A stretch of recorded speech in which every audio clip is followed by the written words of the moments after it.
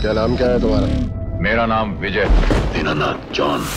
तुम लोग मुझे ढूंढ रहे हो और मैं तुम्हारा यहाँ इंतजार कर रहा हूँ। दोस्तों, इस वीडियो में हम बात करेंगे हिंदी सिनेमा के सबसे बड़े महानायक अमिताभ बच्चन की लाइफ और उनके फिल्मी सफर के बारे में।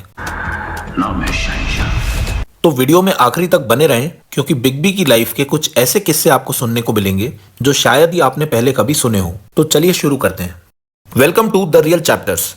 11 अक्टूबर 1942 इलाहाबाद। भारत के महान कवि हरिवंश राय बच्चन और आजादी के समय की मशहूर सोशल एक्टिविस्ट तेजी बच्चन के घर में जन्म हुआ इनकलाब श्रीवास्तव का। सही सुना आपने, श्री अमिताभ बच्चन जी का नाम हरिवंश राय बच्चन साहब ने इनकलाब रखा था। इनकलाब से अमिताभ की कहानी जानने से पहले श्रीवास्तव से बच्चन कैसे हुआ ये जानते हैं। हरिवंश राय बच्चन उत्तर प्रदेश के प्रतापगढ़ डिस्ट्रिक्ट में बापूपति गांव से आते हैं, जो कि एक हिंदू कायस्थ हैं, और तेजी बच्चन लियालपुर पंजाब से हैं, जो प्रेजेंट डे में फैसलाबाद पाकिस्तान है, जो कि एक पंजाबी खत्री फैमिली से आती हैं। एक कवि होने के नाते हरिवंश राय बच्चन कास्ट सिस्टम के हमेशा अगेंस्ट रहे हैं, इसलिए उन्होंने बच्चन सरनेम को अडॉप्ट किया। बात करें अमिताभ बच्चन के नाम की, तो हरिवंश राय बच्चन साहब ने देश की आजादी और देश प्रेम के चलते अमिताभ को इनकलाब नाम दिया था, लेकिन उनके स्कूल के एडमिशन से पहले मशहूर कवि सुमित्रा नंदन पंत ने उन्हें अमिताभ नाम दिया, जो नाम हमेशा के लिए अमर हो गया।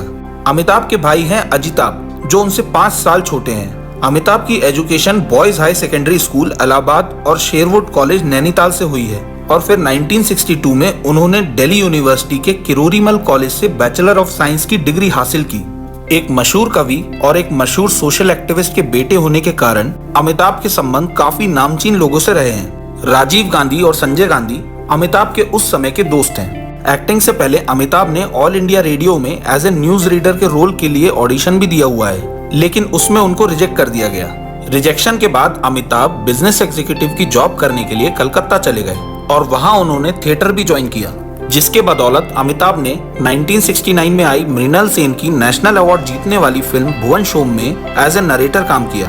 अमिताभ की मां उन्हें हमेशा बड़े पर्दे पर देखना चाहती थी, और इसी के चलते हरिवंश राय बच्चन ने उनके दोस्त पृथ्वीराज कपूर से अमिताभ को गाइड करने को कहा। इसके लिए अमिताभ मुंबई आ गए और बॉलीवुड में कदम रखने के लिए लगातार ऑडिशंस देने लगे।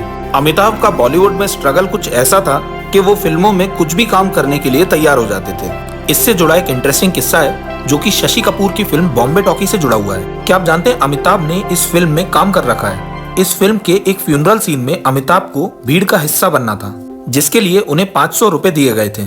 लेकिन पृथ्वीराज कपूर और हरिवंश राय बच्चन की दोस्ती के कारण शशि कपूर और अमिताभ भी अच्छे दोस्त हुआ करते थे, और जब शशि कपूर ने अमिताभ को ये सीन करते हुए देखा, तो उन्होंने अमिताभ को डांटते हुए अमिताभ को कहा कि वो बॉम्बे हीरो बनने के लिए आए हैं और ऐसे रोल्स करके वो खुद को टाइपकास्ट ना करें, और शशि ने डायरेक्टर से बोल के अमिताभ के सारे सीन्स कटवा दिए।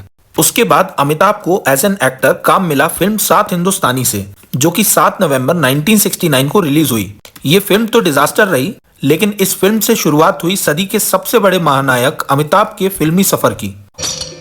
इसे अपनी जेब में रख ले पीटर। अब ये ताला मैं तेरी जेब से चाबी निकाल कर ही खोलूंगा।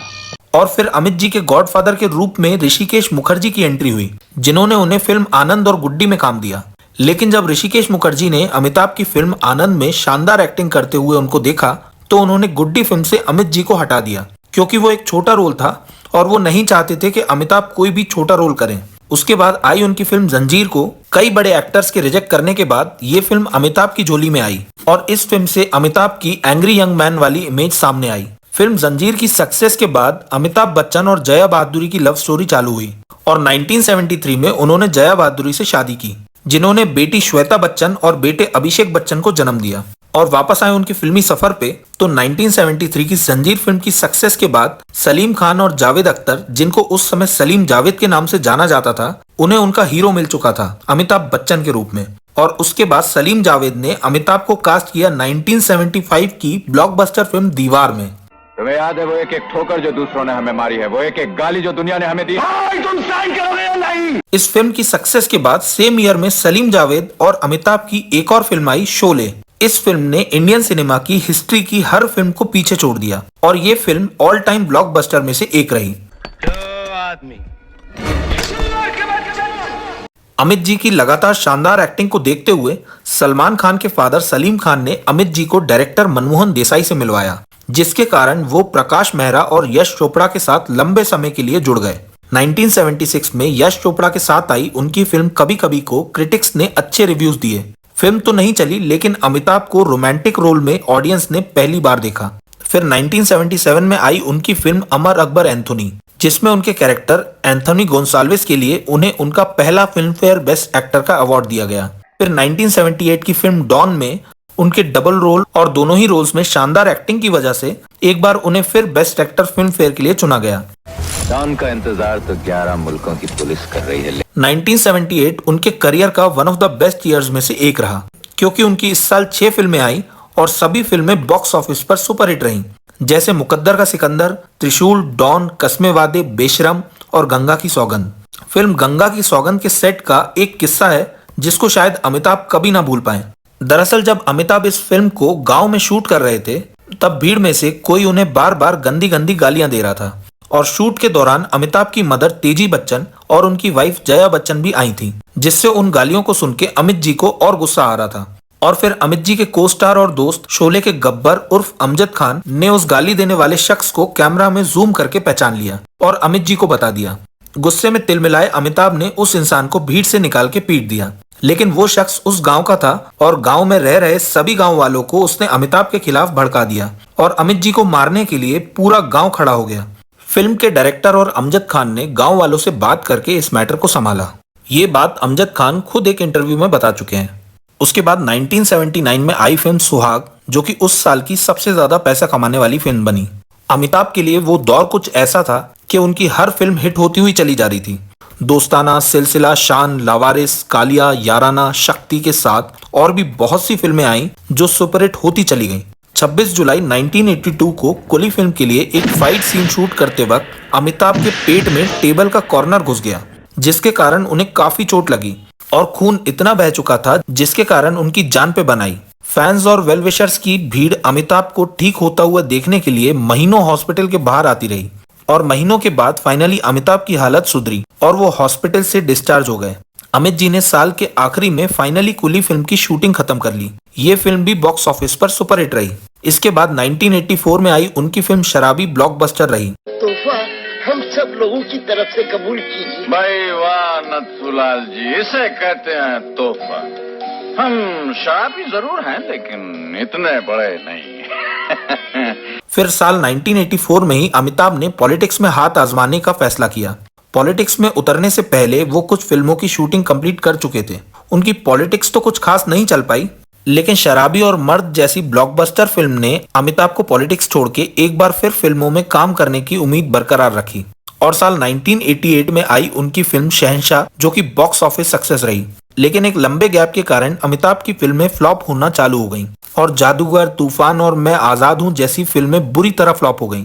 1991 में आई फिल्म हम ने उन्हें तीसरा फिल्म फेयर अवार्ड दिलाया, लेकिन अमिताभ की बाकी फिल्में कुछ खास नहीं कर पाईं और 1992 की खुदा गवाह फिल्म उनके 5 साल के रिटायरमेंट से पहले की आखिरी फिल्म रही। फिल्मों से रिटायर होकर अमिताभ ने ABCL कॉरपोरेशन नाम की कंपनी खोली, जिससे उन्होंने अरशद वारसी की फिल्म तेरे मेरे सपने प्रोड्यूस की, जो कि डिजास्टर साबित हुई। इस कंपनी की वजह से अमिताभ पर कर्जा इतना बढ़ता चला गया कि उन्हें उनके घर प्रतीक्षा और 2 फ्लैट बेचने पड़ रहे थे और इसके कारण बिग बी ने एक्टिंग की तरफ एक बार फिर रुख किया और उनकी फिल्मों ने एक बार फिर ठीक ठाक परफॉर्म करना चालू कर दिया। कौन सा कानून पढ़कर आए हैं आप?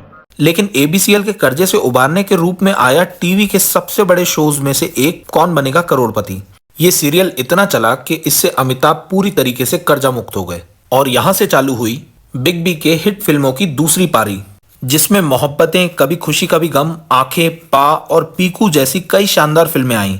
82 साल की उम्र होने के बावजूद भी बिग बी आज तक कौन बनेगा करोड़पति शो कर रहे हैं और साथ ही साथ उनका एक्टिंग करियर अभी भी शानदार चल रहा है। उनकी आने वाली फिल्म है बिग बजट फिल्म कल की, जो कि 2024 में रिलीज होगी। बाकी ये थी हमारी पेशकश बिग बी और उनकी लाइफ के बारे में। वीडियो पसंद आया हो तो इसे लाइक, शेयर, कमेंट और चैनल को सब्सक्राइब करें।